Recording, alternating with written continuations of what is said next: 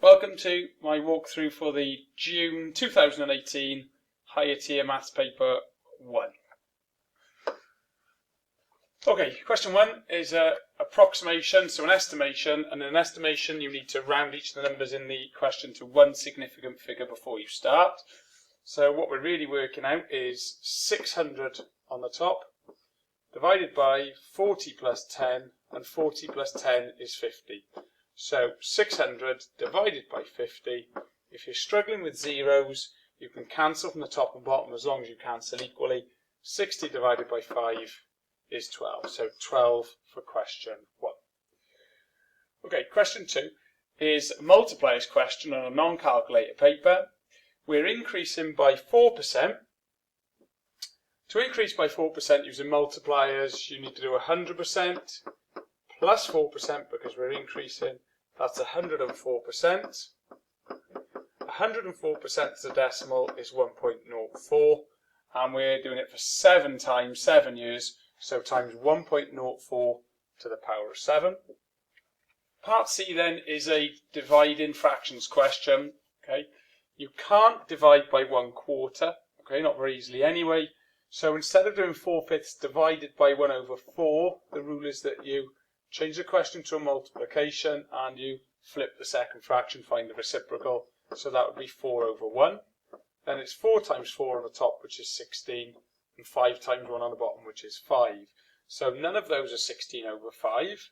So if we change it to a mixed number, 5 goes into 16, 3 times remainder 1, so 3 1/5, which is the last answer there on the multiple choice.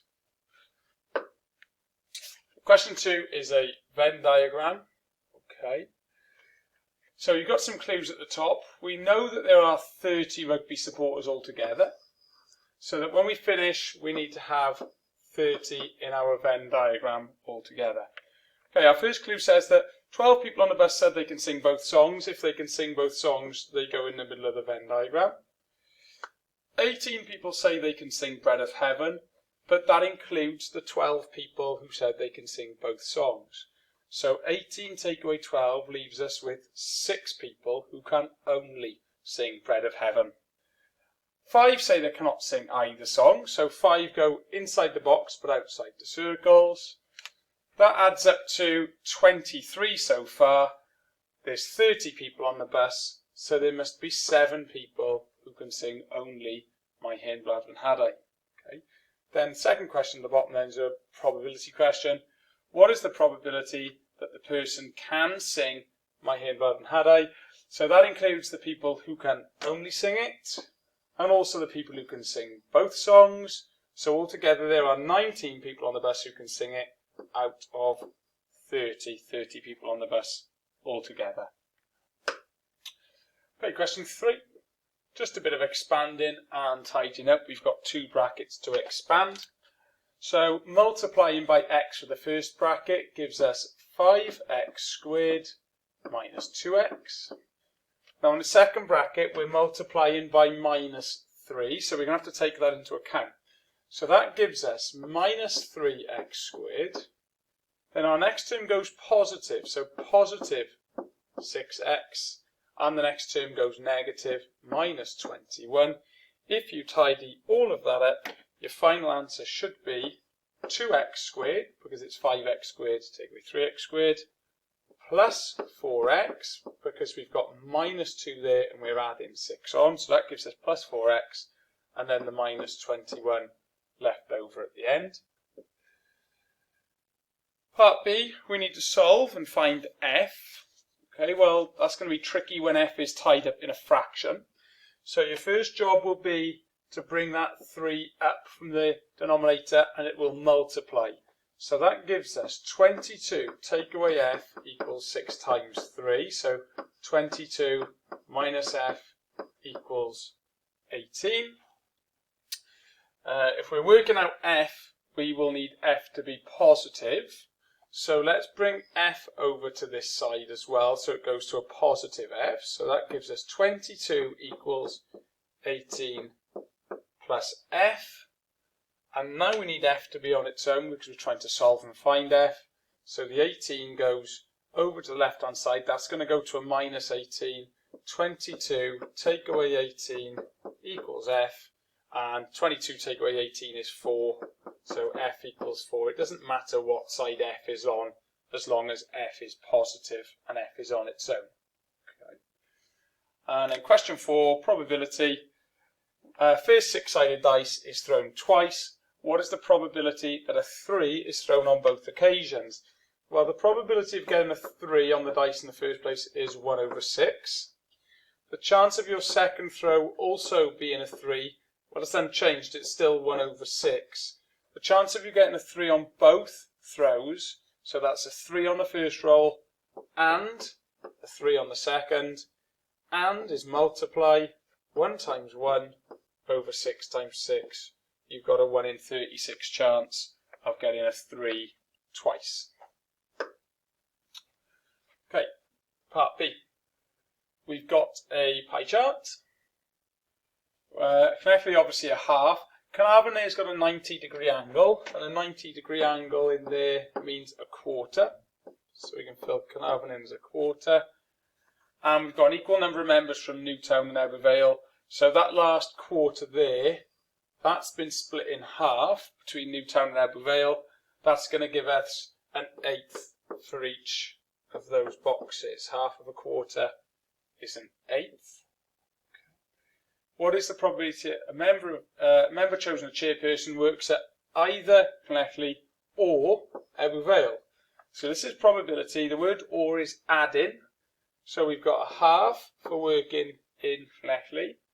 We've got an eighth for working in Ebbw Vale. We've got to add them together. That's going to be tricky when they've got different denominators. So if we times by 4, that'll give us 4 over 8 plus 1 over 8. The total probability then would be 5 over 8. Okay, moving on. Okay, question 5 is standard form. We are multiplying. Okay, so to multiply in standard form, you multiply the front numbers, the big numbers, and we add the powers, and you must end up with a number between 1 and 10 at the front of your answer. So we've got 2 times 7.8, which is 15.6, which we can't have, so that's going to need to be adjusted in a second. Times 10, because it's standard form. Then our power is minus 4, add 9. So think of a number line or a thermometer. Minus 4, add 9 is 5. Okay, if you leave it like that, you're going to get 0, because you're not allowed to have 15.6 in standard form. So we make this number 10 times smaller, so that's going to be 1.56, and in return the power increases by 1, so times 10 to the power of 6. That would be your final answer there. Part B is dividing in standard form, so the rules are the opposite. We're going to divide the big numbers and take away the powers, but you'll notice that one of those numbers is not in standard form yet, so we'll put it in standard form first. So we've got 3.9 times 10 to the power of 8 divided by 3 times 10 to the power of 3. We are going to divide these two and take away the powers. Top take away bottom, top divided by bottom. So 3.9 divided by 3 gives us 1.3, which is okay in standard form because it's between 1 and 10, times 10 to the power of 8 take away 3, and 8 take away 3 is 5. So that's a nice question there, as long as you remember to put it all into standard form. And then a little bit of factorising at the bottom. Okay, it's not a a full quadratic. It's not got just a number on the end as well, and there's a y in there as well. So that tells me that this factorising came from one bracket. If it comes from one bracket, first of all, we've got to ask ourselves, what number do they both divide by? What is the highest common factor of 12 and 3? So they both divide by 3. So that's going to go outside. And what letters do they have in common? Well, we've got an x squared and an xy. They've both got an x in. So I can take an x from both of those. I can't take x squared because I haven't got enough on that second term. That leaves us with, so 12 divided by 3 is 4. And it was x squared, but we've divided by x. So we've just got an x left there. And then The 3 divided by 3 is just a 1, so that doesn't need to go in there. The x we've divided by, so that's gone, and we're just left with a y there. Okay, and you can just quickly check your answer. So expand it back out. Do you get 12x squared? Yes. And do you get 3xy? Yes. So that's just to check that you haven't done something silly at the end there. Okay, next question. We've got a circle theorems question, which is easy enough if you know your rules and you can spot them.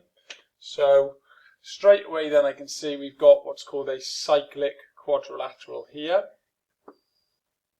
And in a cyclic quadrilateral, the opposite corners, the opposite angles add up to 180.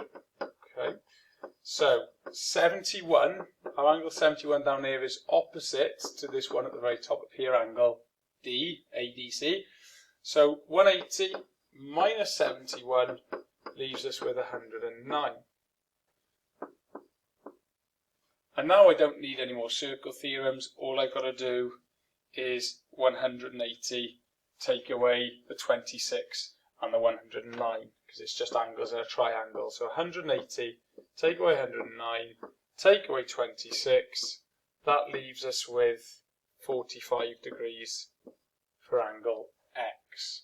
Okay, but if you didn't spot the cyclic quadrilateral and know the rule that opposites add up to 180, I guess that would have been quite a bit more tricky.